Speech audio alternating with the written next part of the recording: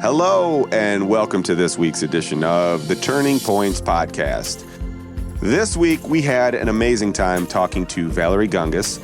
She is the author of Enlightenment is Sexy, and we had this very cool affirming synchronicities between you two, and just what a joyful experience of hearing, she's very fiery. She has a lot of energy, and she's just, really excited about life, it seems. So it was good. So take a listen. She's a rule breaker. She's writing another book, and listen to our conversation with her.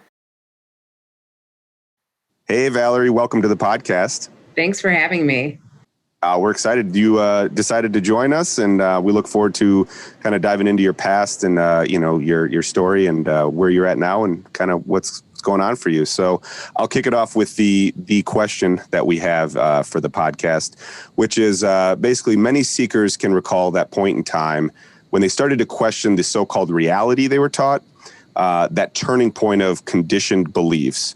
Do you remember the space or feelings when your childhood programming no longer served you, or do you remember when you became a seeker? I can answer both of those questions with extreme clarity. I started thinking about spirituality and religion and metaphysics and stuff early, like 9 or 10 years old. I had a mom who, she was an ex-nun, but she also was a mystical poet. So she was really into all the different Christian mystics and kind of just like a different way of thinking. So when I started moving in that direction at a really young age, she fueled that. So she raised me in a very magical way. And so instead of, making me fearful about my intuition or like ideas that I had that maybe weren't mainstream, she encouraged that because she was so different. So I was lucky in that respect. And then she passed away in 2011, and, she was my person. So everything kind of went black. And I was in a really bad place. I got really sick. I was depressed, not functioning at all. And I learned to meditate. And I learned transcendental meditation in, I think it was mid-May of 2011. She had passed away at the end of January. And in one meditation, I opened my eyes. I was a totally different person. And the next thing I said to my meditation teacher was, oh my God, everything I ever thought I knew was wrong. Wow. Like gone. So that was pretty shocking and really like a turning point.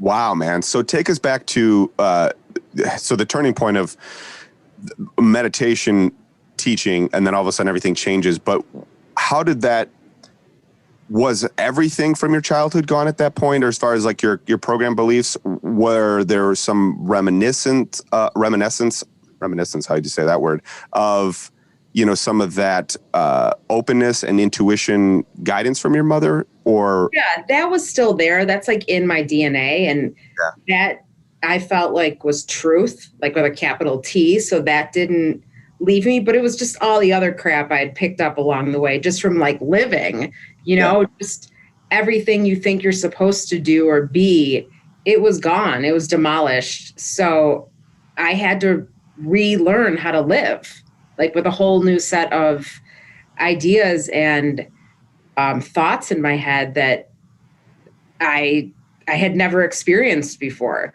So it was pretty fascinating now that I look back on it. I remember the podcast I listened to one of your interviews where you had said in college university you were studying religious studies. Mm-hmm. Yeah.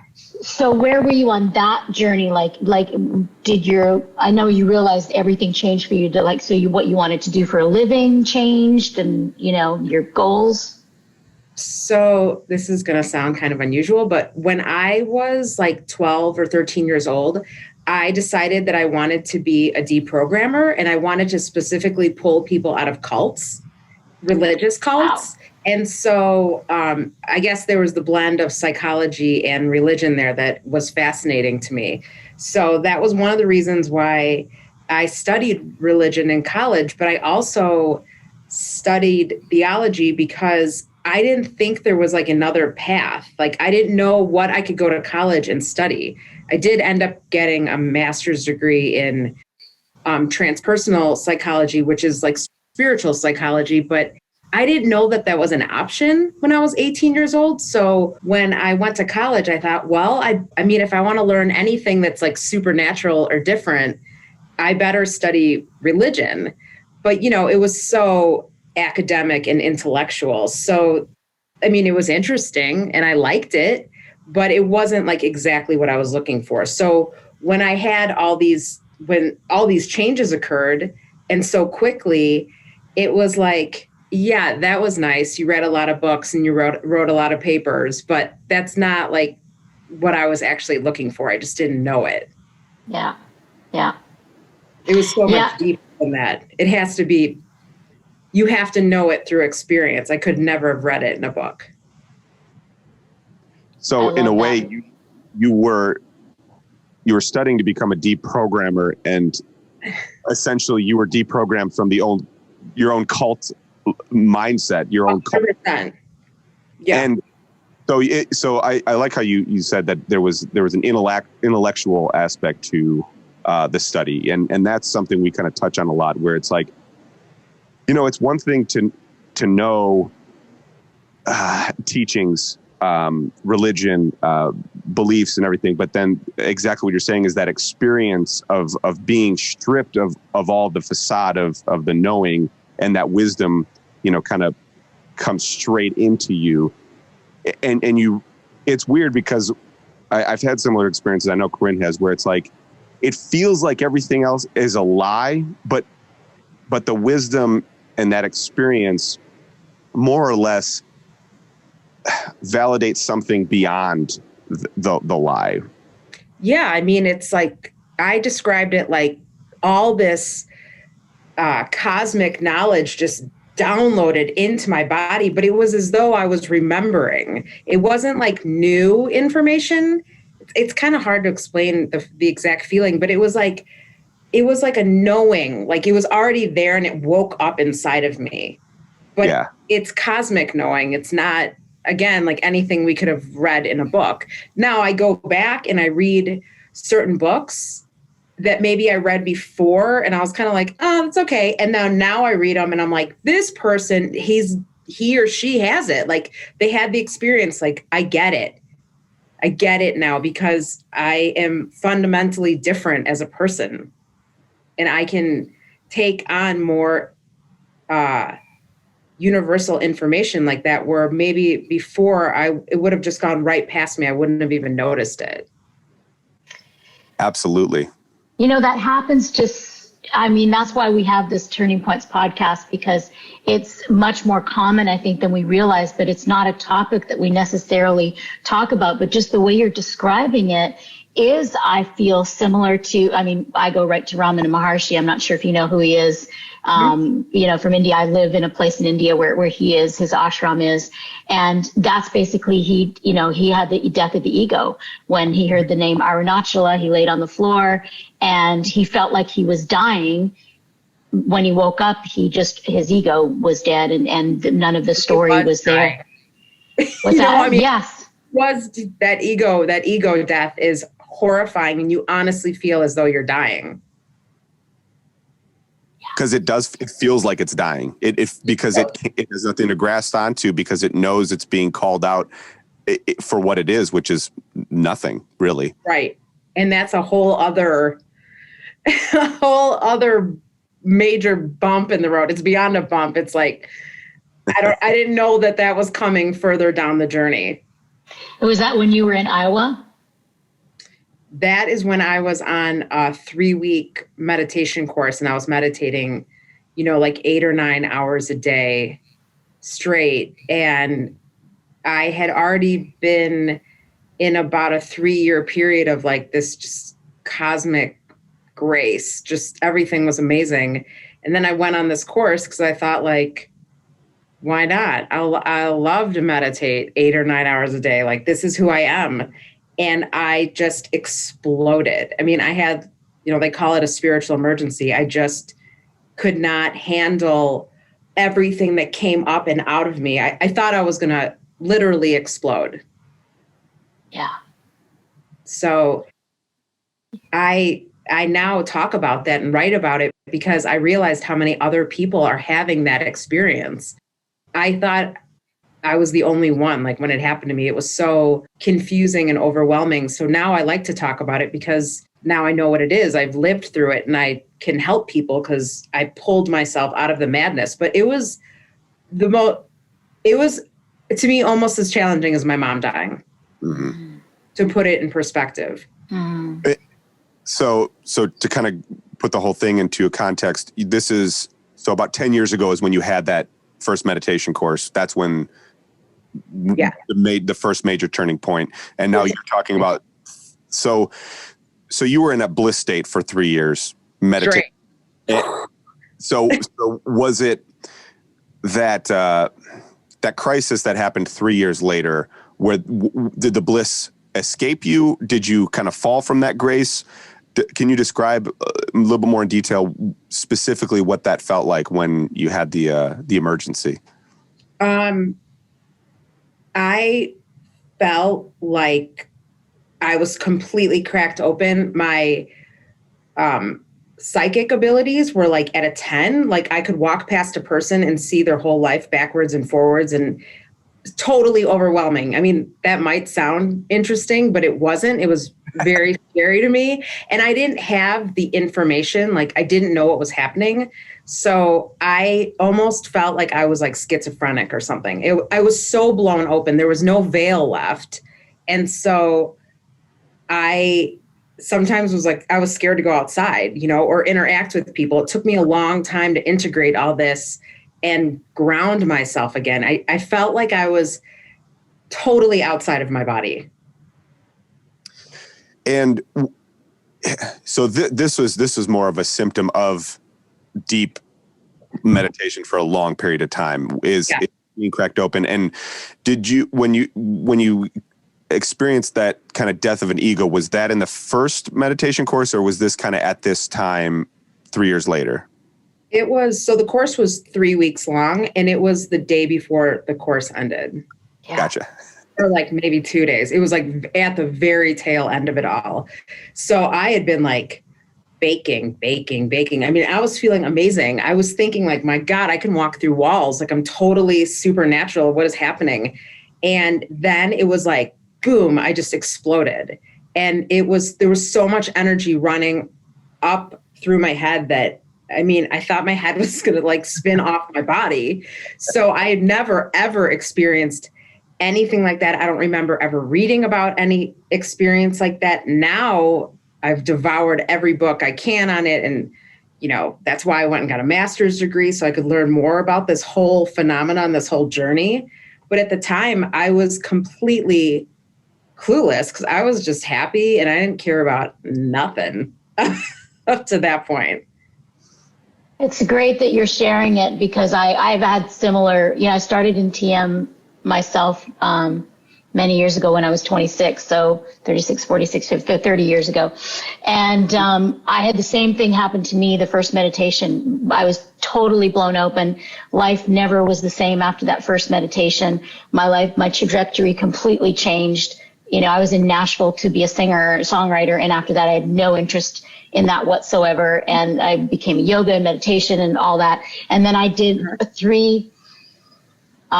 6 months after I got that mantra, I went on the Transcendental Meditation Siddhis program, where they had like 6,000 people meditating in DC over a 3-month period. And so that's where I got my Siddhis for 3 weeks, 8 hours, like what you're talking about. I'm pretty sure that's what you were. That was the course I was on. Right. That's what I thought. I recognized that. So I was 27 years old at that point, meditating 8 hours a day. And it was like a 30-day deal, because we did the first part of the Siddhis in the first 2 weeks at that with all those people, and then the second part, so I did 4 weeks, and I didn't have an experience like that, but I had similar things to what you were talking about. But it's had that same thing where I had no idea what was going on. I didn't even know, when I started meditating, I didn't even know what the word consciousness was. It's like, what is this? I didn't know anything about TM, or I had never thought about meditation. I was exactly like you. I walked into that TM teacher's office blind. The first time I had no idea, and I couldn't believe what happened to me. Like, I just didn't know.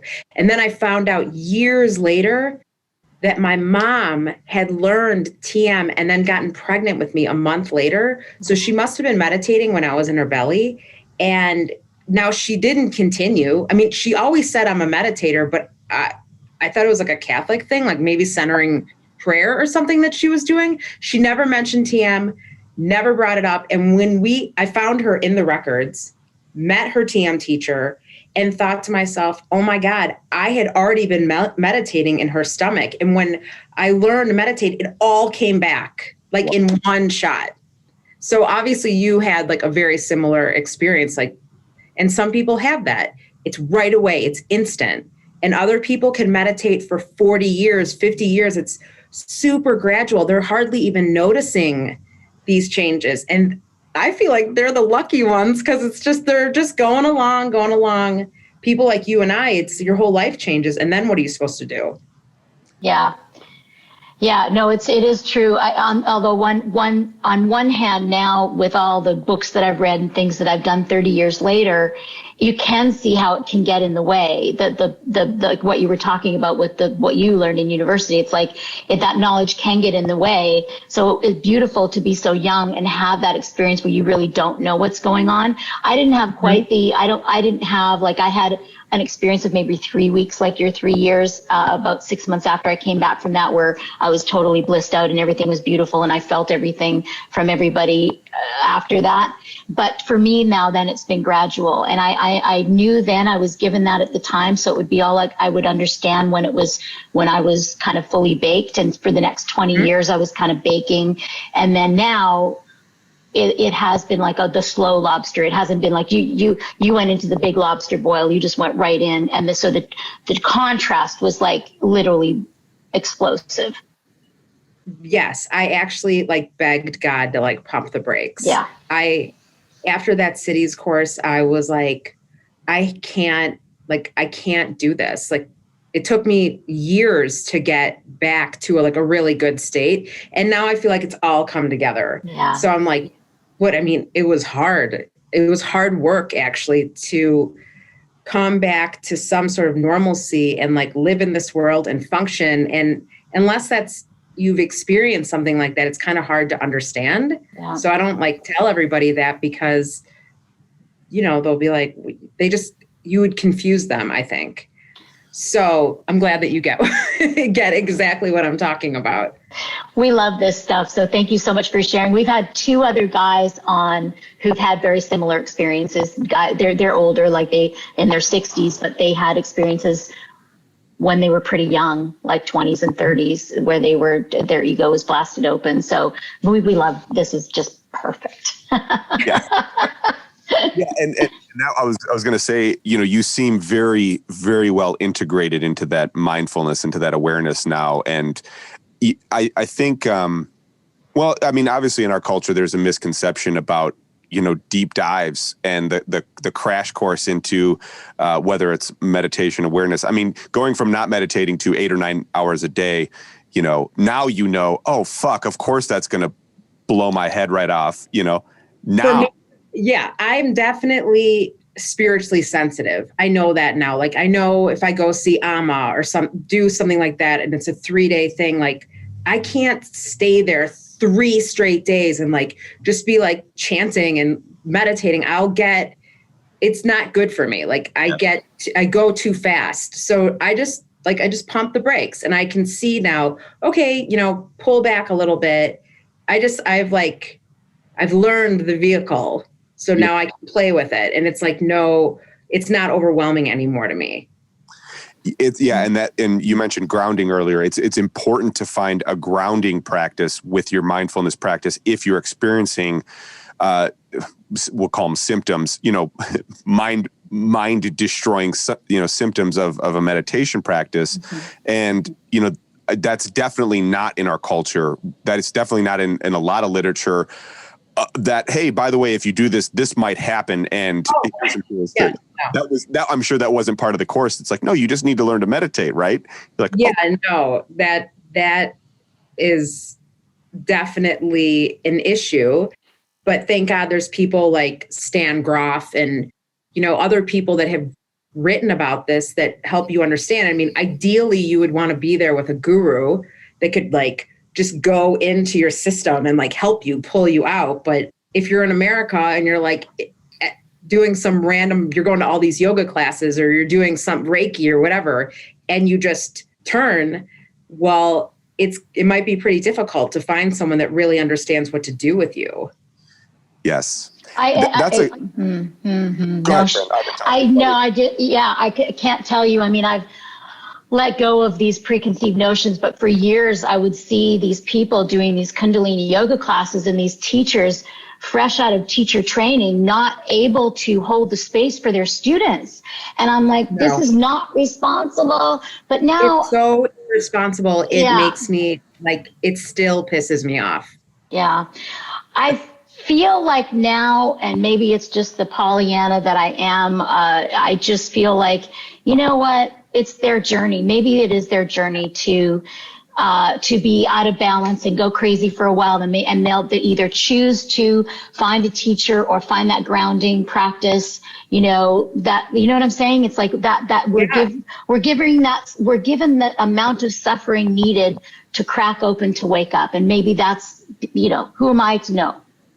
No, you are 100% correct. And even when I'm talking to people, they have a lot of issues going on, I have to tell myself, like, this is their journey. And yes, you want to talk to them and help them, but like, you come to a place where you also have to protect your energy and say to yourself, they have to go out like you did and find their way. And this is happening for a reason. And maybe in this lifetime, they won't find their way. And that's okay too. That was a big lesson I had to learn because I felt like I wanted to just like help everybody. And if you do that, then you're just going to sizzle out. Yeah. Exactly. So that was like a big, big lesson I had to learn, to let people be on their own journey. And you're not the only one that can help them, or you're not the one that has all the answers. Like, they have to figure it out. Right. And what I came to was, hey, who am I to know what you need? Right. Mm-hmm. All I know is what I need and my journey. And as a teacher, and I'm sharing what I know. But you know what? I just in this dissolving of this part of my ego the last couple of years, I'm like, because I've been a teacher my whole life, and I'm like, nobody needs me. Like, nobody needs me. It's a great realization. Yeah, like their life is their journey. My life is my journey. Like, and then I sort of, I had that for about a year, and now I'm like, okay, actually, absolutely true. Nobody needs me, but I do love to share, and I just share, and whoever shows up is great. But that's like, I feel like a healthy way of doing it. It's why I like to write books. And, I love doing interviews like this. I feel like I can reach more people. I also say safe. People take what they want from what I say or what I write, and it's all good. Yeah. Yeah. You're from it because you didn't force it into something. Like, people discover it. People are on a platform that find what you're saying. You're not cramming it down their throats. Right. And also, like, I don't know about you guys, but when I'm talking to someone and they're really like in a dark place, like, I tend to, like, my energy flows to them. It's like a way that I think can help them. And then I'm totally depleted, or if I'm talking to a big group of people, I had to learn to protect myself in a way because there's so much energy going on and I'm so sensitive. So for me, it's just a better route to be able to write, put it out into the world, and then whatever happens, happens. It's not my business. Well, that's a beautiful way to put it. And I think why it can be irresponsible to, go out and want to change people and help people, because people that need something that they're not finding that fulfillment, they're going to inadvertently steal more from you than you're willing to give because there is a void there. Mm-hmm. And they're not going to know when to stop taking from you, because what they're feeling is something that is finally fulfilling, right? And shit, I need more of this. And that's why it is important to set those boundaries when you're actually in those modes. You have to. I mean, I love coaching. I love working with people, one-on-one, but it's like, there's boundaries there. There's rules there. Like I don't know, it's different than like randomly meeting someone at a party and having, you're drinking wine and all of a sudden you go down this rabbit hole. Like that feels very different to me. There's an exchange. They pay me, we set a time, we know what we're going to talk about, those types of things. It's better for me to operate that way. Yeah, that's beautiful. I think I'm just still learning all that because, so thank you for sharing that. Well, I know it happens to like all sensitive people, and it's hard, because you love people and you want to help them, but you got to also think about, well, how can I protect myself so I can help lots of people? And I think for me, like when I was 9 years old, my mom took me to meet Mother Teresa. And when I met her, I felt like I kept saying to myself, like, she is incredible and she's changed the world single-handedly. And I used to say to myself, like, give it all away, just like give. But then I went back and I read all of her diaries and she was in a very, very dark place. And it's because like, you are just constantly giving like that, giving, like you're just going to be depleted. I mean, and she's the archetype, I think, of that. So true. Absolutely. Yeah.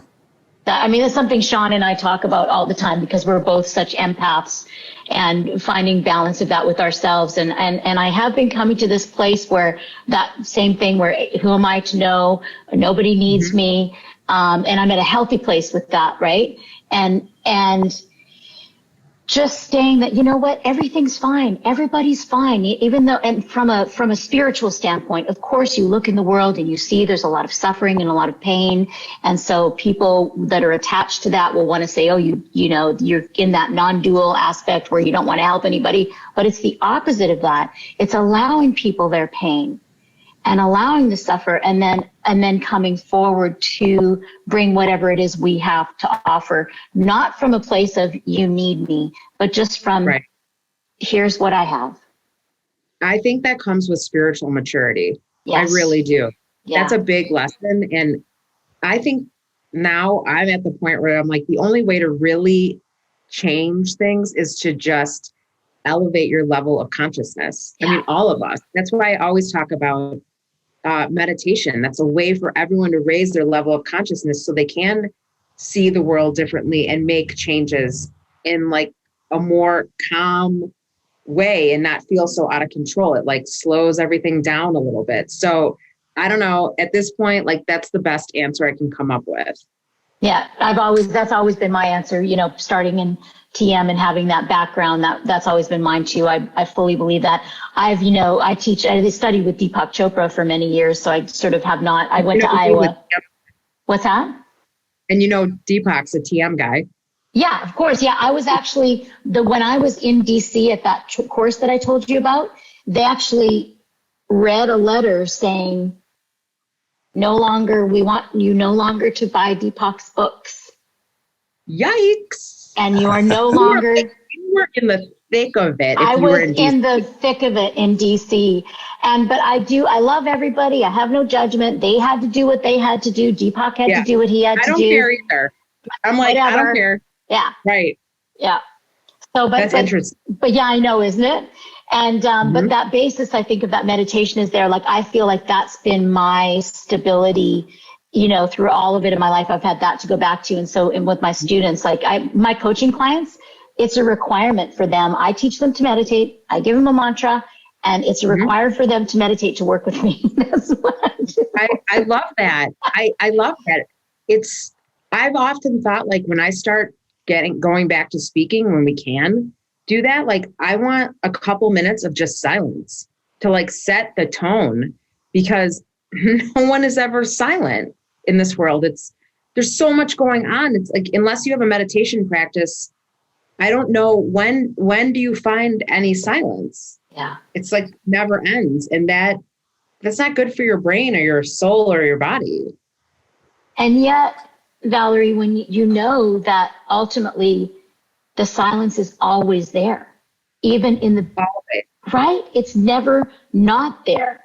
But you have to you gotta dip down and find it. Yes, you have to find it for it to grow and become permeated in your life. Yeah. Yeah, stillness and motion. It's just like all day there's a sense of stillness inside of me now. And it's like, it feels permanent. I don't know, nothing is permanent, but like I can just stop for a second and I'm like, oh yeah, it's there. It's there. It's that witnessing quality and that like watching the day go by and you're not affected. You're just like loving it. I don't know. It's hard. It's so hard to explain it, but I don't feel like I'm being thrown around like a rag doll. Yeah, because, I think the meditation practice or, we say meditation, a mindfulness practice, you're constantly going back to that well of wisdom instead of the internal reactions, the programming reactions. And, if we don't have a community or as a community, we don't go back to the well of silence that's within inside of us. I don't know that we're ever able to respond genuinely because we're always just bouncing off of each other's shit, constantly. And that's why I think it is so grounding and so fulfilling because you realize that is complete in and of itself, that practice. Yeah. I mean, for me, it's like air. I can't imagine my life without it. I don't know how I would make it because it's just too much. It's too much. Yeah. So I want to get a little bit clear on this timeline because I'm a little bit, so 2011, your mom passed away. Mm-hmm. Shortly after you founded TM. Yeah, she died January 25th, and I learned TM May 17th. So not that long after her. And then you worked with your TM teacher for a year.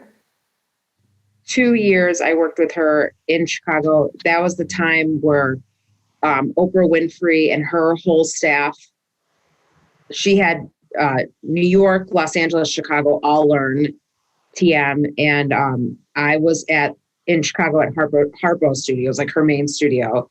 And then we were also like going into different corporations. I was just giving intro talks and then helping the TM teachers set everything up. And then I would be there to answer questions. Like, nice. I just got paid basically to talk to people. Yeah. But I loved it. We were talking about cool stuff like this because they were having such cool experiences.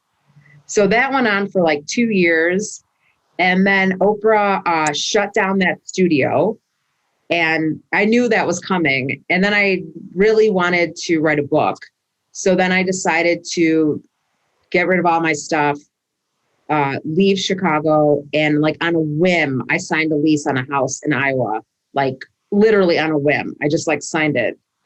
And then I quit my job and I just moved there and wrote my book, met everyone in the whole town, meditated, hung out, just like had a good time. And that was that time period.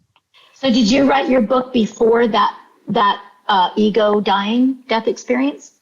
Yes, the first book. Yeah. And now the second book, I'm right now in the middle of like interviewing with different publishers. And they're like, hey, what's the difference between this book and Enlightenment is Sexy? And I'm like, oh my God, so much. Enlightenment is Sexy. That was like, light, like very, everything was bliss and it was amazing and everything was magical. And, then the boom lowered. So it's been the journey since those 3 years. And so are you in the middle of writing that book or it's finished?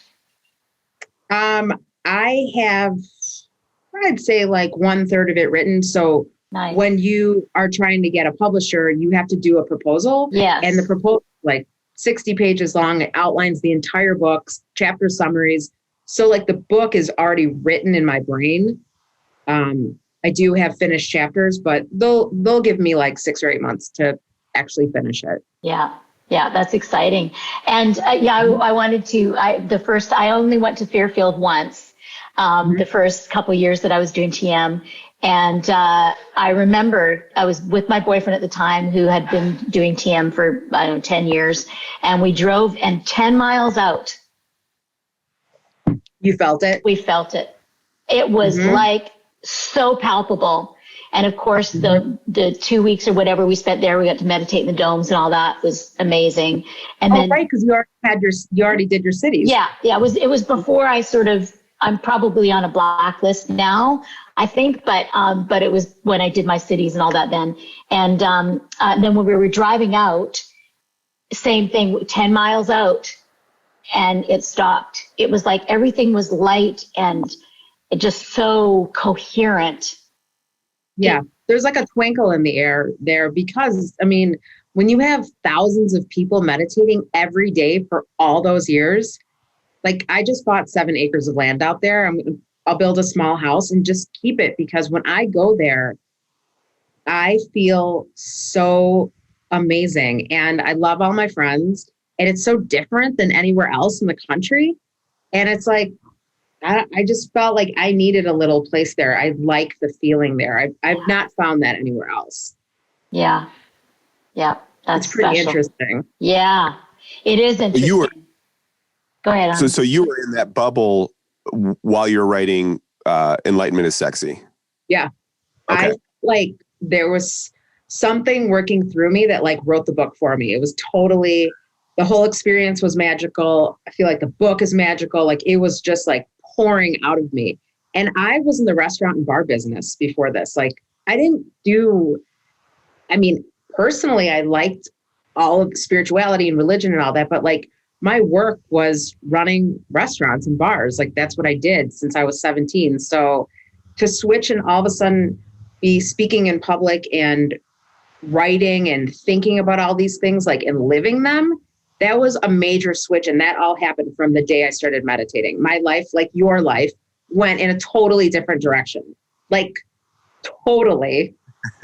and so that's where the book was born. It just came out of me. So that was going to be my question is, noticing for you the difference between, obviously now, that answered my question, is that was something that was happening to you, not necessarily something you were doing. And what's the difference in the second book? Is it different because of that integration process that you've now learned to go through, or what's the difference now with writing this book? I feel like I'm a little bit more, I've planned more because I've had to because of the publishing houses. So a little bit like thinking ahead. Where with Enlightenment is Sexy, it was just flowing and I was just writing, sending stuff to the editor. He'd send it back. There was just like this flow to the whole thing, which there will be with this next book, but I had to also like think the whole book through before I wrote it. And Gotcha. That's different than because I self-published the first book. Wow. Cool. Which, I wanted to experience both. I wanted to see like, what is it like to go the traditional publishing route versus what does it feel like to self-publish? And I know I liked self-publishing. It was really, there was no pressure.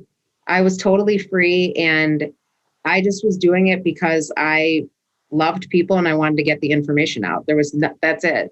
There's more that goes with once you get connected with a publisher and marketing and all that stuff. So that it's just a different energy. Yeah. Yeah. Yeah. That's great though, but because I think, that's the thing with the spiritual journey. It's like there's all that yumminess when you're in a place like Iowa and it's all flowing and you can write the book and there's no stress from the outside world and the publishers. It's kind of like a little, the fairy dust. Like that's how every time I go on a silent retreat, I feel like all of a sudden the fairy dust is sprinkled. Mm-hmm. It happens every single, and I do try to do an 8-day silent retreat every single year for that. And I've been trying my best to like bring that into the world and it's happening more and more. But I love how you describe that fairy dust, because it is that. I don't know how else we can explain it. I don't know how else to explain it either. It's just everywhere. And like when I moved to Fairfield, I told you I met like the whole town. And one of the people that I met in the town was a pilot.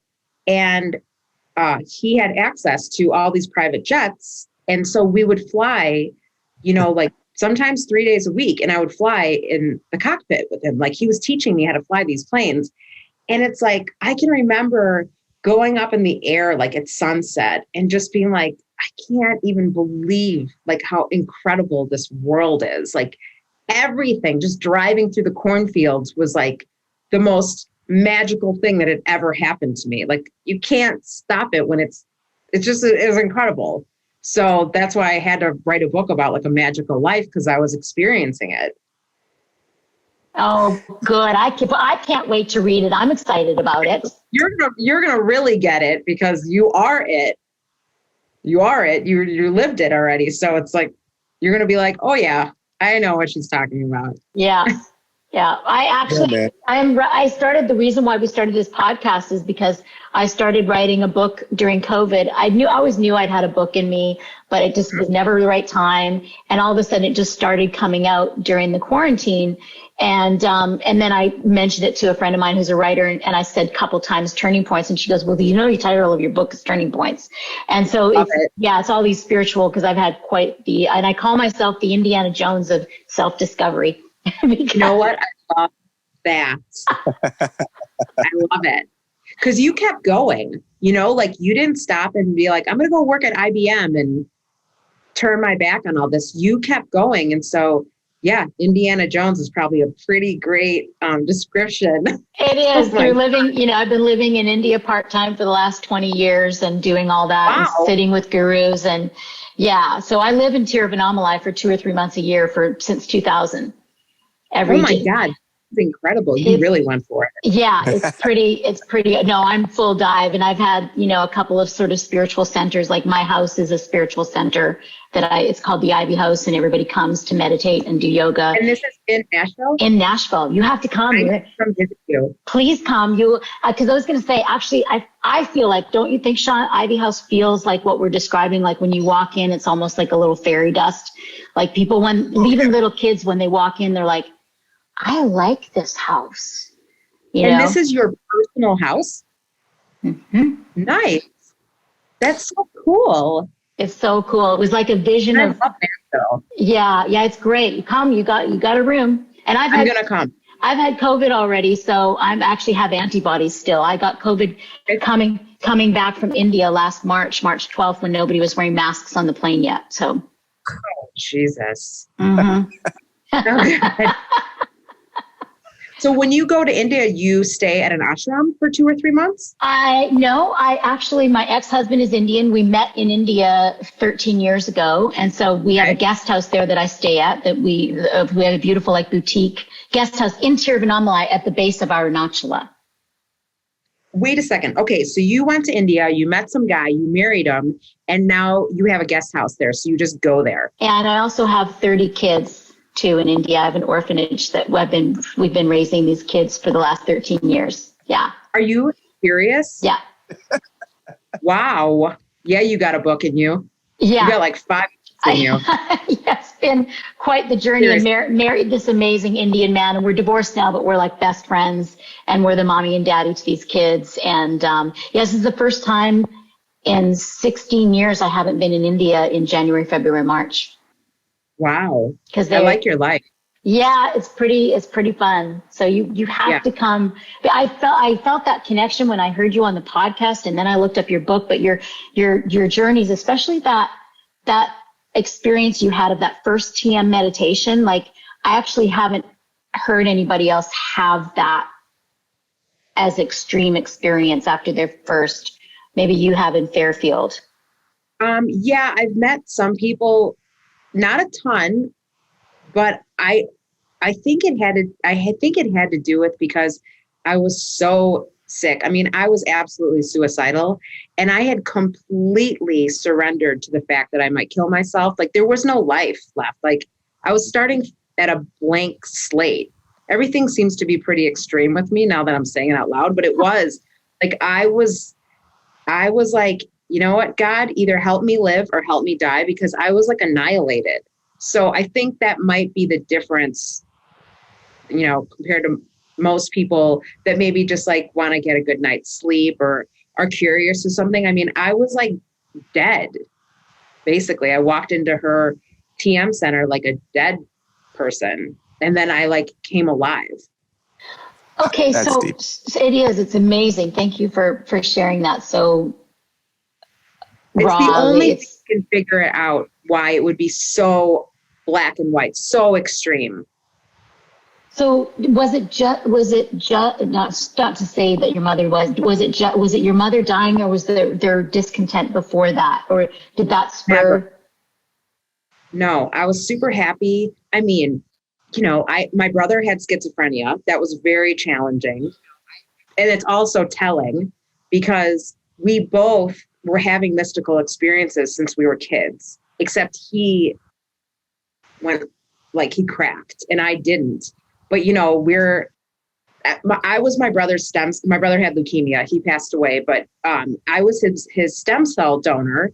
And when they tested me, they were like, you are a perfect match. It's usually through the sibling, but they were like, you are perfect.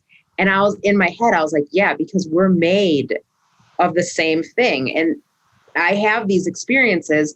He would have them too, but it was like too much. That's why I thought after the Siddhis, I was like, do you have schizophrenia? Because it was so much. And so, I think there was major challenges in my life. My mom having cancer, my brother just living, but I never felt depressed. I don't remember feeling discontent. I always felt like I was made of fire and I wanted to devour the world, have every experience, but it was more like partying and traveling and just, but not depressed or the world is black and I'm unhappy. That all came after my mom died. It was she died and I died right with her. Fuck. It sucked. It was it was so scary. I didn't know that you could go to such a deep, dark place. I didn't know because it never happened to me before. And now I have great empathy for people that have anxiety and depression because it's hell. You're in hell. And how did you get yourself to the TM teacher? Who told you about it? My ex-boyfriend was really worried about me because I was so sick. And he said, you are coming to, he was having a business dinner. And he was like, you are coming out to dinner. When is the last time you ate or took a shower? You're disgusting. Stop it. So he dragged me out of the house and I couldn't even make it through the dinner. I was crying and I was a disaster. And one of they were all futures traders. One of the traders started talking to me and he said, what's wrong? And I said, I'm my mom died. I'm really sick. I haven't slept in so long. I can't function. And he told my ex-boyfriend, she needs to learn how to meditate so she can get some sleep. And he was like, I will pay for it. And he did. He paid for it. He gave me his car and he set the whole thing up for me. I didn't even do anything. Yeah, because all I had expensive. To do was drive yeah, I think it was $1,500 at the time. Yeah. But I was sick and he was pretty desperate too for me. And he had some extra bucks. So he just did it. Aww. And he said, all I need you to do is drive my car to the center and learn and just come home. And so I had a really bad sleeping disorder at this point. And that had been going on because of my weird hours at restaurants and bars. And after one meditation, I was sleeping 15 hours a day. For 2 weeks, I just slept. And I never had a sleeping problem again. So this guy was right that if she learns to meditate, she's going to get some sleep. But he didn't know everything else that was going to come to me from it. But he gave me the greatest gift ever.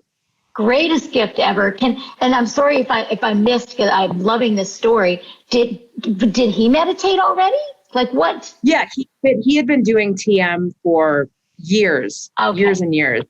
And he loved it. And, but I don't think he had the same experience as me. He just loved it for his life. He felt like it was very helpful. Yeah. Yeah. But I don't think he could have imagined. Yeah. Everything that came from that. But your mom obviously was helping, that whole process. 100%. Wait, this is the weirdest part. So about 6 months, my mom's family is from Iowa. Her father is from Ireland, but her mom's side they're all farmers from Iowa. So we have our old farmhouse, like from my grandma's family. And 6 months before she died, we went on a three road trips. We went to Gatlinburg, Tennessee. We went to Georgia, and then we went to Iowa. And I said to my mom, I'm thinking like I want to get my master's degree at like a consciousness-based school. Can we stop in this town? And it was MUM. It was in Fairfield. And my mom was like, yeah, we'll stop there. So we spent like half the day there, and we bought some books. We went and had a beer. We talked to the owner of this bar that we were eating at. He told us all about the town. My mom never said anything to me about like that she learned TM. I said, what is this? Like, what are these people doing? And she was like, oh, Maharishi, he was popular in the 60s and 70s. Like, she didn't think anything of it. And I did not realize that I had already been in that town till I went to my first TM retreat. And I'm driving down the street and I looked to the right, and it was the same bar that my mom and I had been in.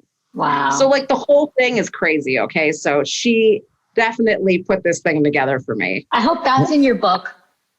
It is. It's incredible. Now, obviously we know nothing about your mom. Had she told you about meditation earlier on in your life, would you have gone to meditate? If she had recommended it, would you have gone or not? Maybe out of curiosity. Maybe. Would she know that you probably wouldn't go if she recommended it?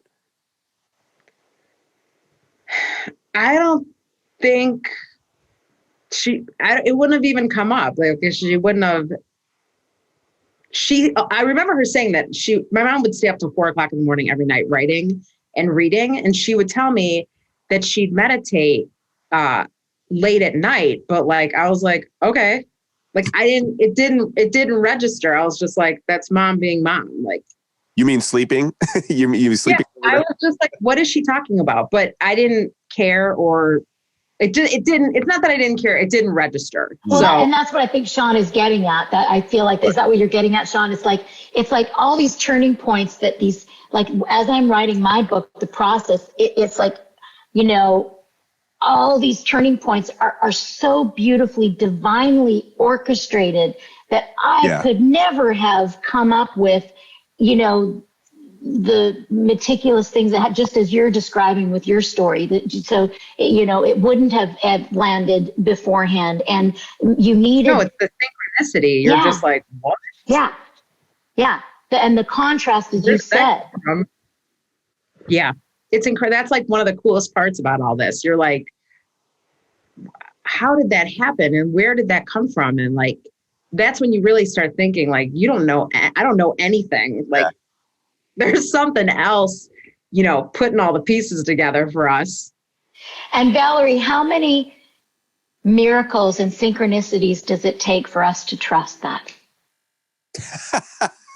A million. Sorry. I mean, for some people, a shitload. I don't know. So, even for us, that has all the time. We have this, we know it. And I think at a place now, I hope that I feel like I do trust a lot, but I think that is an issue for many people. I remember telling my TM teacher, my life is no longer my own. Like, I'm not in control. There's something much bigger pulling the strings. And I'm going to live like that. Like, I'm just going to walk into my destiny. I'm not going to plan anything. I don't know what's happening. God has a much bigger plan for me. Like, I got the memo, and I have lived that way ever since. And my life is not conventional at all. I mean, compared to all my friends and everyone that I grew up with or know, it's like, I never got married. I don't have kids. I am very free with the way I live, but it's because I don't plan or anything. Because it's like, I don't even think that way anymore. I know it's so confusing, because there is some people in this spiritual, there's so many different definitions of spirituality, but there is that realm of people, the whole manifestation thing. It's like, which of course I was in for a while too, but now it's just like, when people say, well, you have to know what you want. I'm like, do you? I honestly never think that. I mean, yeah, of course there's things that you're like, I would really like to do that, but it's not, I don't put my energy on what I want. I just like let it happen. And then I'm like, oh, I didn't even know I wanted that, but it's happening. And now I want that. That's cool. Yeah, man. That's it's beautiful. more interesting that way too. I feel like, who cares? It's one life. We have like a million lives. So people are like, how could you not be married? Blah, blah, blah. I'm like, I don't know. Maybe in this lifetime, I'm not going to have that experience. I'm like, who cares? Like, I'll catch it like 10 lifetimes from now or something. It's just like a blip. That's what it feels like to me. Yeah, man. And that's like, God is this subtle gravity. And it's something that if you can learn to tap into that nudge, that drawing gravity force, it's almost like you don't even need trust because you just surrender to that. And it brings you more joy than you can even anticipate your ability to experience. 1,000,000,000%. Like Ram Dass saying, like, let go, let God. It's like, that's it. Just like, stop it. Stop it. I mean, suffering is like constantly being like, I want this and I need to do this. Like, that is like another definition of hell. Like that, I can't even relate to that anymore. That's awesome. Yeah, man. And when you're doing it, because you're like, ew, I don't like how this feels. Like you're not in the flow anymore. Yeah. Yeah. That's exactly it, man. Like you're either floating down the river or like you're fighting the stream. And that flow state, and it doesn't require your participation. It doesn't require your trust. It doesn't require it's flowing, so, there's a lot of times where I've had discussions where it's like, well, why is God giving me this resistance, or why is God giving me this list? It's like, you're giving it to yourself. You're out of flow state, or this challenge that you're experiencing is because you're resisting the flow state, because you're not able to surrender to that. That's why it feels like something's being taken from you. But like, none of this is really ours anyways. Everything that we have. Force it. Like you either are in that state or you're not. And if you're not in that state, you can't see anything. Yeah. So Yeah. everything is bad or whatever. Yeah. But if you're in a state, then it doesn't even feel like good and bad anymore. You're like, Yeah. okay, well, this is happening now. It's just happening. And I'm not saying you don't feel sad or this and that's happening, but you're not as emotionally charged as you would be like if you're in a different place. Yeah. I'm going to turn this light on because it's getting real dark in here.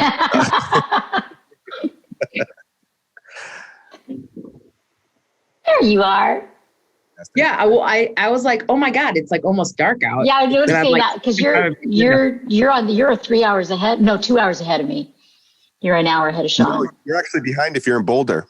Yeah, we started at 5. I don't even know what time it is, but it got dark as we were talking. Oh, so you're on the same time as me. Yeah, we're on Mountain Time. I'm Mountain Time here in Southern. Yeah. Mm-hmm. Yep. Yeah. Cool. Oh my gosh, Valerie. I mean, I had no idea what to expect because because we just started the podcast like 3 months ago. And so I've been kind of pulling in everybody that I've known in all my Deepak years for the past 30 years. And you were the kind of like the first person I reached out to that I didn't really know. And so thank you for saying yes to us. You didn't know us. And it's so fun. I'm so glad I met you guys. Oh, such a joy. You're like part of my soul family. Yeah, we are. You're our tribe, man. I hope you come to Ivy House, and I look forward. I'm going to definitely. Yeah. When are you back in Nashville? I'll be back Thursday. Oh, okay. And then are you around for the summer? Yeah, I should be. I might, if I can get into Canada, because I'm Canadian. I'm trying to swap some cars back and forth. So I'm hoping to be able to go. I haven't seen my family in a year. So, but mostly I'm there. Yeah. Okay. Cool. Yeah. So great. Well, thank you for coming on. You're just such a pleasure. I've loved hearing more of your story. It was super fun. Yeah, man. I'm impressed. You're for really having that first experience about 10 years ago, you're extremely well put together and integrated into that awareness and mindfulness. And I'm excited to see what you come with in the next book. And, hopefully we can do this again at any point, you want to, man. Thanks. All right. I worked my ass. Yes. Like, be a normal person. That's the key. That's the key, is it does take that unquenchable thirst, that desire to figure it out. And you have done a lot of work, and I honor you for that. And I see you in that. I see you in that. Yeah. Lots of love, girl. Okay. Bye. Bye. Hello. Welcome to the Say More section of the Turning Points podcast with Valerie Gangas. What a fiery, just eccentric, but very I don't know, man, just a fun, energized human being. I really enjoyed, hearing her tell her story and, get into it all. She was phenomenal. I'm totally buzzing. I mean, what I love about her is that she's a modern woman, she's a young modern woman, she's been on this journey not that long. She's only been on the journey 10 years. And wow, what can happen in 10 years? And I've always said that, that I always tell my students that I teach how to meditate that I feel like they're much more sophisticated than I was when I learned meditation 30 years ago. I didn't even know what the word consciousness was. It was there wasn't all the self-help books. I think people are much more aware now. And she is a perfect example of someone. She's 30 something. She's been on this path for about 10 years, and she's blown wide open. Her ego is dissolved. She's leading this amazing life. She has energy. She's doesn't believe in rules or, all that stuff. She's like true epitome of these young people that are waking up, which is so beautiful. Yeah. Well, and that was, kind of touched on is access to the knowledge is way more prevalent than it ever was, in the past. And I think that's something that, we obviously, showcase the difference of, yes, we all have access to the knowledge. We have access to the manuscripts, the literature on just about any guru from any time period almost, that was ever written down. Anything in the historical record is now available in your fucking pocket. So the words and the knowledge and the parables, it is all there. But there is this element of actually having a practice to discover the wisdom, in all of the knowledge, the wisdom from the lessons, but then also how to grow your intuition and your wisdom internally. And when you can marry those two things together, yes, you're on a fast path, and that's what it sounds like. She had this incredible experience where she was just blasted wide open. I mean, her meditation experience is very like a psychedelic trip, or a DMT trip. It's like it's your ego gets blasted open, your mind, your sense of self completely gets destroyed, and then you're left in this experience of filling that void with a whole new understanding of life.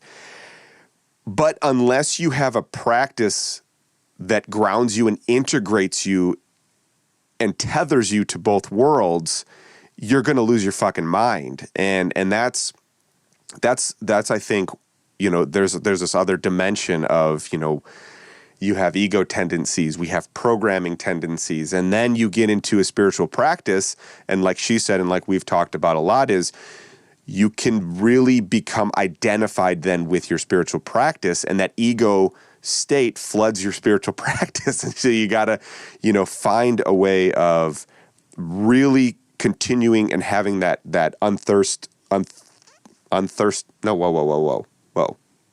unquenching thirst. Wow, I got too ahead of myself. That unquenching thirst to say, no, there's more. Keep expanding and keep on going out and keep on, reconnecting with that well of, spiritual boundlessness that is available for everybody. Yeah. I mean, she touched on some really important points. The importance, as you were just saying, of a regular spiritual practice, a meditation practice that's grounding to ground you. But I mean, what she shows is what's possible. has that thirst, you can wake up this lifetime. Now, some people don't want to. Maybe some people aren't meant to. Some people aren't interested in that. There's, like she said, there's plenty of people that start meditating to feel better, to help their sleep, to, for better relationships, for more clarity of mind. And then there are others that become these seekers that we talk about in all these Turning Points episodes, is this unquenchable thirst that's within, that we don't really know the mechanism. I'm not sure if we've described that or not, but it's just this gravity, this pull within us of the divine. And, she had that. She was blasted wide open, and now she's this young woman who has, still so much life ahead of her, and wants to share about it and teach about it. And I mean, the synchronicities, like when I was listening to her podcast of a couple things, I was like, okay, she's got some similar things. And I was so happy that we were able to, discover, because I want to be mindful of our guests. It's not about me, it's like, I want to hear what they have to say, but like a part of me wanted to we have these similarities. I do want to share that. Oh, well, no, I mean, it didn't feel like that at all. I think what was showcased was how important it is to find a community. We're never going to be in the exact same, we're not on the exact same path, but when we can share in our experiences and we can have commonality in some of our experiences, and what was, kind of funny was like, oh, you lost your mind too? Wow. And what it does is it makes you feel like I'm losing my mind, but I'm not lost on hope. I'm not lost forever, and I'm stripping away the things that are impermanent anyways. I mean, that's going to happen in death, and that was, kind of really unique from her perspective, and she was kind of like, that's the only thing that she could really kind of point to and explain to why it was so dramatically profound for her, was because she was already dead going into that experience. And I think that's, man, I don't know that we've talked to somebody who has had those, that deep depression, that suicidal experience. That's very real. And there's a lot more of that these days than there ever has been. And I think people are dying of the ego and dying of a sense of, what the fuck is the point of this life if it's for this programming, or if it's for this, like if I have to live my life suffering in a culture that I feel completely alien to, what's the point of living? And I think that's why it's important to share these experiences, so people, so you can say, you might be dying of your sensibilities in this programming. You might be dying of your identities in this culture, but that might be you trying to live in a greater expanse. It might actually be your calling card to, to really discover who it is that you need to be experiencing life as, how you need to be experiencing life as, and really getting in, trying to find a way to that flow state that is uniquely designed for you as an individual. And so I think that's really important, to the mindfulness practice for her was a way out of that death. That was her new life. And, there is new life, there is new opportunities, new hope, and there's new possibilities for us. Sometimes that programming becomes too heavy, and we feel like if we can't belong here, then we don't belong here at all, and it's like, man, no, there's a whole nother world, and there's another adventure, and you just got to find a way to be the hero. And so, so I think finding those commonalities between your experiences is huge, because then you feel, I don't know, it's an affirmation that makes you feel grounded in your own journey then, because it was unique, and it was hard, and it was terrifying, and it felt like dying a lot of times. But it also gave you the greatest gift, and that is to understand and experience the profound gratitude that there is in life. I mean, that's looking at the glass half full, understanding, why we go through any of the cracking open. I was going to say, for me, it was different. For me, I did have that, I did have awakening during the same retreat that she did. And then I feel since then, it's been like a slower understanding. And there was confusion. There was thirst. There was a little almost desperation. There was, all of that has been a part of my journey, but it was sort of over like a 20-year period off and on, rather than hers was like all at once. Yeah. Yeah. Yeah. And that desperation, so that's what's interesting to me is,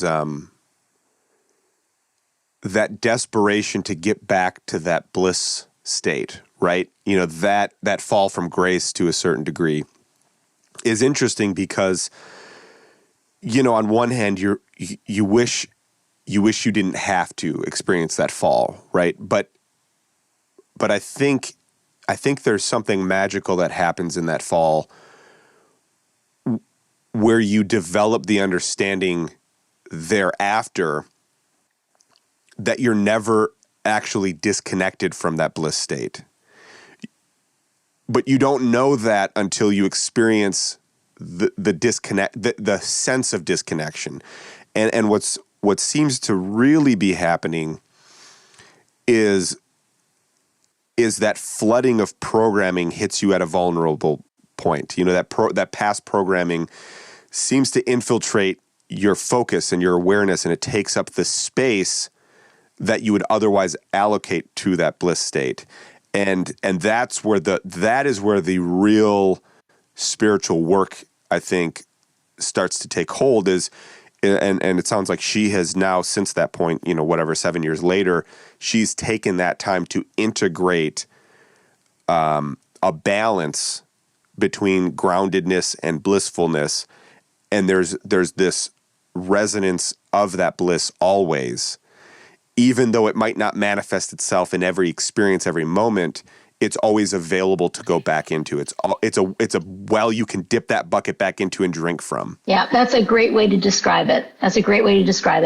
It's not, because if you had that sort of consistent bliss all the time, it's not really a functional state, they say, but it is available whenever you decide to pay attention to it. Like, I definitely drop in when I'm teaching yoga. I'm just like so right in it. I'm there when I'm online Zoom teaching yoga, focused on the students, things like that. Of course, in meditation, that's why we do our daily meditation. She just described so many things so eloquently. And I love the way that you re-describe them too in a different way. It is a journey that is different for absolutely everybody. That's what we have to understand as we're discussing these things. And I've been caught in it too, where I either am attached to having an experience a certain way I hear one of my teachers talking about, or I'm attached to a certain experience that I've had and trying to replicate it or trying to look for that again. And what we have to understand is life is a ever-changing amoeba. There is a part of us. She was saying it. I can't remember if she did in the after. I wish we would have recorded the after we hung up, because that was really fun too. We really got off the rails there. But what was I saying? The part of us that, like a DNA, there's something that's always with you. Is that okay? So what I was going to say, she was saying is, she said, I don't want to call it. She said the state that's within me all the time. I don't want to call it. She said some word, solid or something, but that's exactly how Adyashanti describes it, is the awareness within is concrete. It's always has been there. It is there now, and it always will be there. And anything that comes and goes is not it. All this experience we have in life that comes and goes, our thoughts, our experiences, our life, our journeys, our experience, all that's like an amoeba, and it's constantly changing and growing. And what she was describing, to be able to flow with that, to not follow rules of constructs of society of what you think you should do. Like I've definitely broken way out of that from the time I was young, right? And even you have, like, even though you did decide to get married, it's all good. It doesn't mean, but you have lived life and still continue to live life, just sort of going with the flow every day. And that's what's, I think, if there's a problem with our culture, our society, is that hypnosis of society, of thinking, believing our thoughts, believing that we all, what success is defined by finances and, all these different cultural things that are not real at all. That I love that Yuval Noah Harari describes in his book, Homo Sapiens, A Graphic History. He's like 70,000 years, for millions and millions and millions of years, humans have walked the earth, right? Homo Neanderthals, Homo erectus, all these different, there was 19 species of humans that were walking the planet for millions of years without evolving. They had the same sort of tools and brain size and muscular strength for millions of years. Then all of a sudden, spontaneously, we don't know why, 70,000 years ago, that changed. And Homo sapiens wiped out the rest of them. And he talks about why that is. But the most important thing he talks about in his book that goes to what we're talking about is he says that everything that cannot suffer is a myth. So that's a country. People can suffer, but a country can't suffer, right? Yeah. A corporation, the people in the corporation can suffer, but the corporation can't. So he says anything that cannot suffer is a myth. So if you really go into that, like that's everything. Yeah. All these constructs and ideas that we've created. Like when I was listening to somebody and I had an opinion about something the other day and I'm like, but my opinion is just based on what I learned and they based it on what they learned and they based it. And that's how belief systems are created. Like it's all so much bullshit that we buy into, that we believe all these constructs. And we have this agreement that we have banks and we have these things so that we can have this culture and we can work in coordination with each other. And that's how the Homo sapiens were able to wipe out everybody, because they started cooperating more, right? They started cooperating. And so that's what we have, a cooperating culture. But it's not working now because we're not cooperating very well with the rest of the world. And we're not cooperating very well with all the different like the rich and the poor and all these different people that we have. And that's why we see all this fighting going on and this breaking down of boundaries, the gender neutral, the Me Too, the women's rights and the races, the Black Lives Matter, all of that. Hopefully these boundaries are dissolving so that we can just be humans. Yeah. Yeah. And I think a lot of that points to is there. Yes, we have an understanding and there's a social class and we do have an agreement socially, but it's not an agreement that everybody's participated in. Right. and that's something that, and even all of our opinions and all of our perspectives are also built on words, sounds that we agreed meant this, even though there's a depth and meaning in pretty much, in a lot of things. You say, oh, that's a chair. Well, there's a lot of shit about a chair that might be very unique to that chair. It doesn't tell you. It doesn't tell. When you say the word chair, it doesn't tell you anything about the chair. Nothing. Correct. Yes. It just tells you what it's there for. It doesn't even tell you that. It doesn't even tell you that. It's just the name of the object. A chair could be a curtain. If we didn't have that association, it tells you nothing about the object. Right.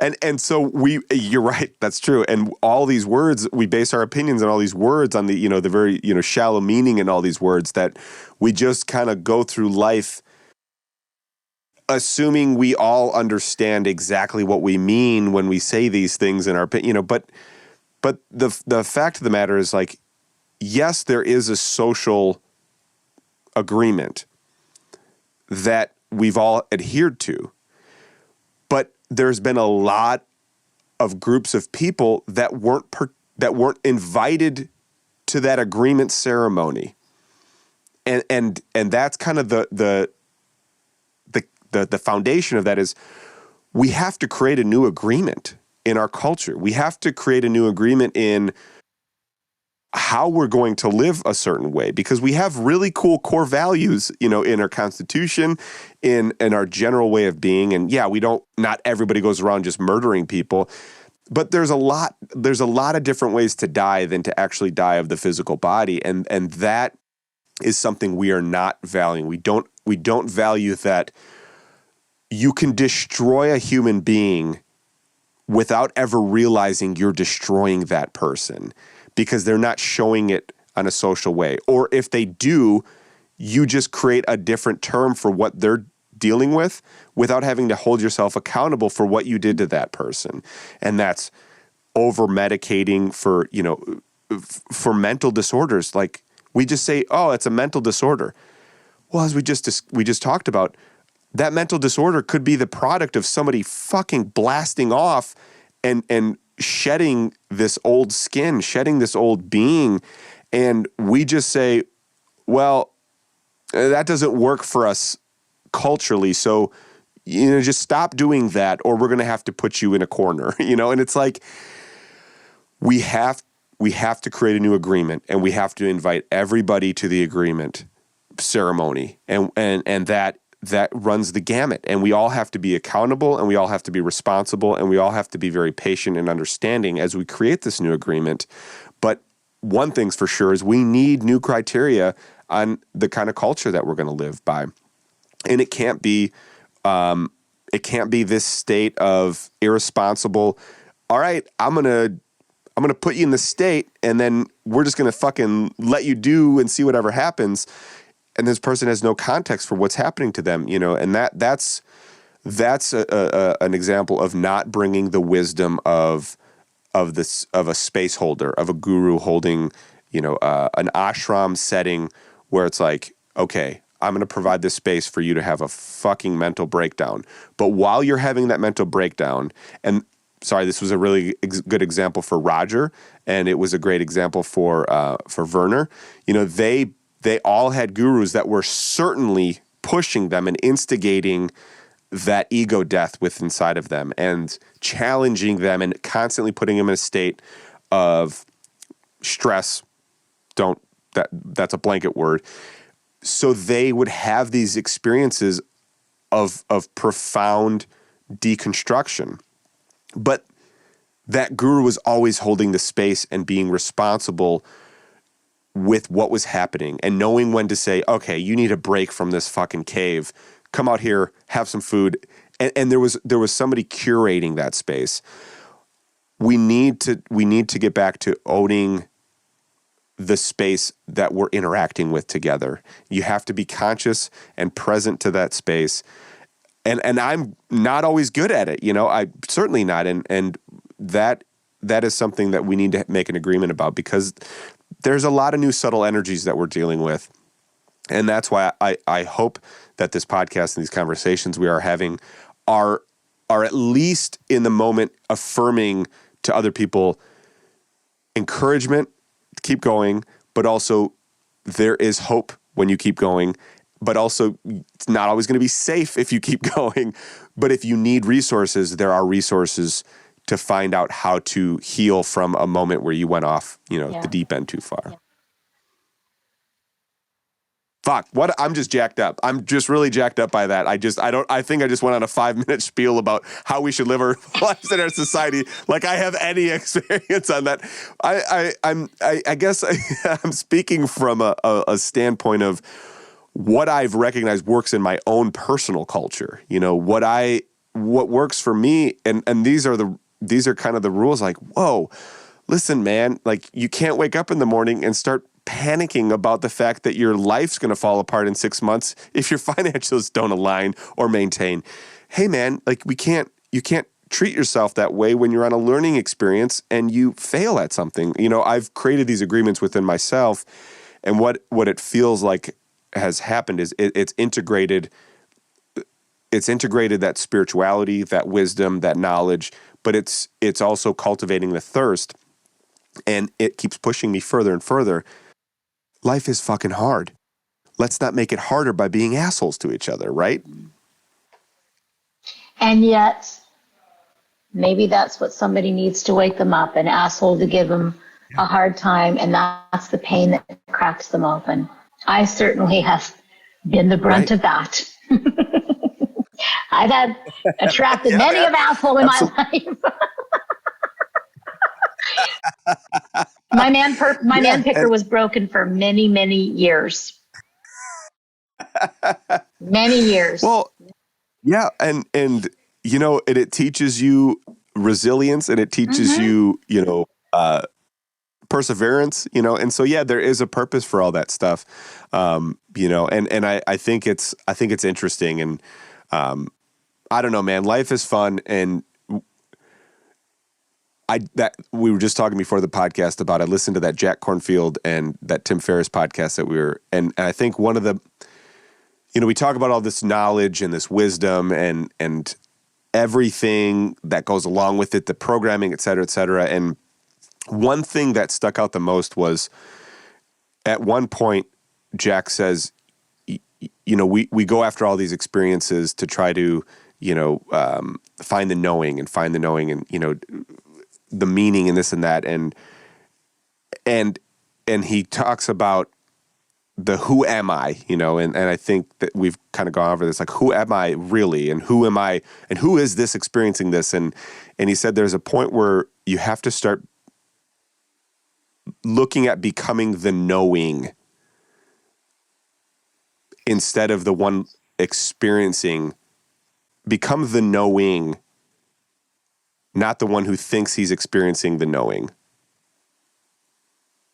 I think that's right. That's good. That's good. You might make a correction on that. I got to go back and listen because I had it and then it went away. The most profound thing I've ever heard in my life. I fucked up.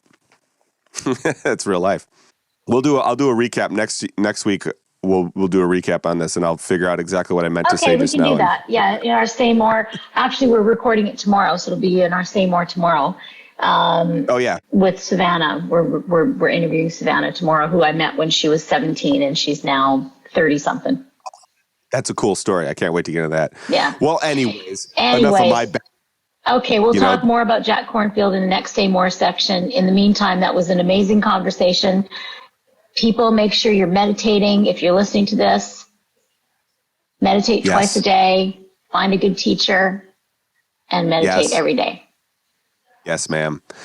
Thank you so much for discovering Valerie.